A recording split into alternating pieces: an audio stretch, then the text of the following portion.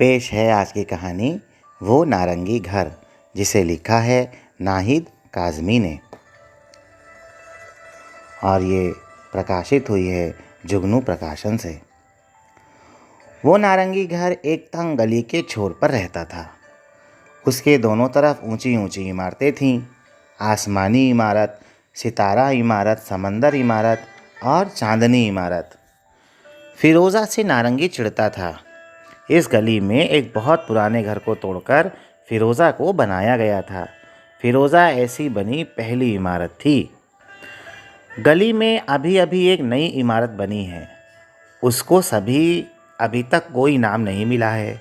गली में अब बस एक ही पुराना घर बचा है, नारंगी घर। सारे पुराने घरों की जगह अब नई इमारतें खड़ी हो गई हैं।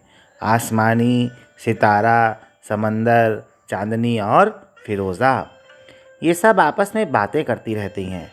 सभी के पास नई इमारत के बारे में बोलने के लिए कुछ न कुछ है। इसकी खिड़कियां कितनी खूबसूरत हैं और ईंटों का रंग तो देखो, वाह। नई इमारत को बड़े प्यार से देखते हुए आसमानी बोली। सीढ़ियाँ वाह, खिड़कियाँ वाह, चार दीवारी तो वाह वाह।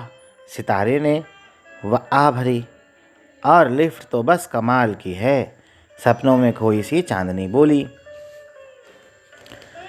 और पाइपें तो देखो भाई, वाह, कहते हैं ये कभी नहीं फटेंगी। समंदर उसकी तारीफ करने से खुद को रोक नहीं पा रहा था। नारंगी घर चुप रहा। वो सुनता रहा। उसके पास लिफ्ट नहीं है, पत्थर वाली पुरानी सीढ़ियाँ हैं। उसकी पाइपें कई बार फट चुकी हैं। हर बार उनकी मरम्मत हो जाती है। वो एक मंजिला छोटा सा घर है।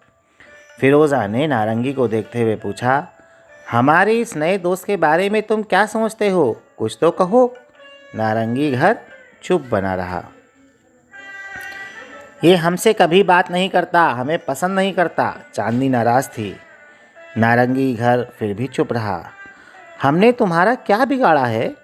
कभी तुम्हें दुखी नहीं किया, परेशान नहीं किया। सितारा बोली। नारंगी घर चुप रहा। फिरोज़ा को फिर एक पुरानी बात याद आ गई। वो बोली, जब मैं बनी थी तब तुम में से कोई भी यहाँ नहीं था। उस समय गली में कई घर थे, नारंगी घर जैसे घर। उन घरों के आगे बगीचा होता था, बड़े बड़े पेड़ होते थे। वहाँ चिड़िया आती थीं, तालाब होते थे, मछलियाँ होती थीं। फिरोज़ा की बातें सुन नारंगी और उदास हो गया। उसके आंसू निकल आए, गला रूंध गया। हर साल लोग एक एक करके पुराने घरों को गिराते रहे और हम जैसी इमारतें बनाते रहे। चांदनी ने नारंगी को देखा और धीमे से बोली, यार, इसमें हमारी कोई गलती नहीं, हमें पता नहीं था। वो सही कह रही है, समंदर बहुत प्यार से बोला। हम तुमसे ही भी बहुत प्यार करते हैं नारंगी। हमें तुम्हारा बगीचा बहुत पसंद है, तुम्हारे नारंगी पेड़, तुम्हारे शोर मचाते कौवे, सब। आसमानी बोला। हाँ, उन दिनों हवा कितनी साफ होती थी, सांस लेना कितना आसान था, अब की तरह नहीं। फिरोज़ा बोली। नारंगी घर कुछ कहने के लिए सिर उठाता, तभी उसे बहुत से लोग आते दिखाई देते हैं। वे उसी तरफ आ रहे हैं। उनके हाथों में फावड़े हैं, गैतियाँ हैं, तसले हैं। वो जानता है कि इसका सिर्फ एक ही मतलब है, और वो क्या है? फिरोज़ा ने पलट कर वहाँ देखा जहाँ नारंगी की आंखें देख रही थीं। उसने भी देखा, दूसरी इमारतों ने भी देखा। हम उन्हें नारंगी घर को गिराने नहीं देंगे।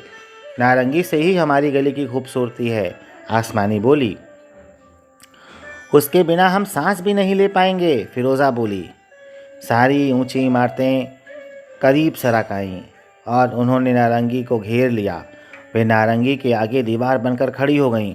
नारंगी छिपा रहा। फावड़े, घेतियाँ लिए लोग गली के एक से दूसरे सिरे तक चक्कर काटते रहे। नारंगी घर को ढूंढते रहे, पर वो कहीं नहीं दिखा। थक हार कर वे अपनी घेतियाँ उठाकर नारंगी को गिराए बगैर चले गए। नारंगी घर पहली बार गली की दूसरी इमारतों को देखकर मुस्कुराया। नए पुराने दोनों साथ रहेंगे हमेशा, दोस्तों की तरह। तो ये खूबसूरत सी कहानी लिखी है नाहिद काज़मी ने, और इस वीडियो में इस कहानी को चित्रों से सजाया है हमारी लाइब्रेरी के नन्हे मुन्ने बच्चों ने। कहानी सुनने के लिए आप सभी का बहुत बहुत धन्यवाद।